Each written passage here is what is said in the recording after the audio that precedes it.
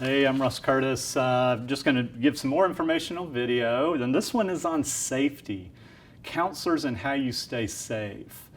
Hey, be sure to like, share, and subscribe if these videos are helpful to you, and I'd love to see your comments. I can't always comment back or reply as often as I'd like. My job's really busy, but it's really helpful to see what content you want and what's resonating. All right, safety, and we need to pay attention to both physical safety of the counselor, but also safety against accusations. So it's a lot to consider here, and I'm going to give you some of my own kind of personal suggestions. When you are counseling, know who's around. If you're in a comprehensive agency, you know who's around, and typically there's a lot of people. You've got your front desk folks and maybe office mates on different sides and so forth. This becomes more problematic if you're in private practice and you're seeing people at night, which is not uncommon. You want to see them after work, and it's just you. So you need to know, what would be my protocol if somebody were to get really elevated and I'm starting to fear for my safety?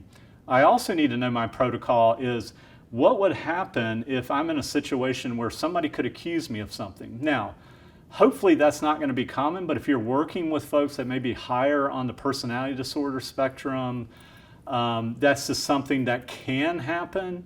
And so you need to understand kind of protocols to what you would do to keep yourself safe.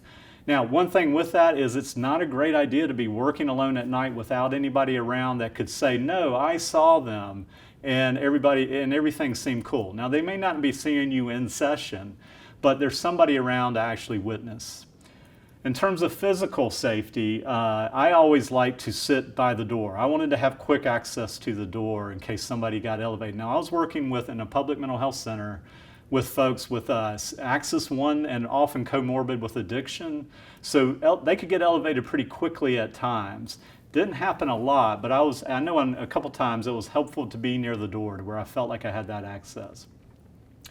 Once you're with somebody and they become elevated, and they may even be, be threatening to some extent, what I found helpful was to break eye contact. Stop your eye contact, which you're told to do in counseling. And I would always apologize. So I would break eye contact, take kind of a smaller stance, pay attention to where they were, and say stuff like, I did not mean to make you angry. I really do apologize. I see how what I said could have really caused you to feel angry. And what could we do right now that might be helpful? Would it be helpful for us to just take a break?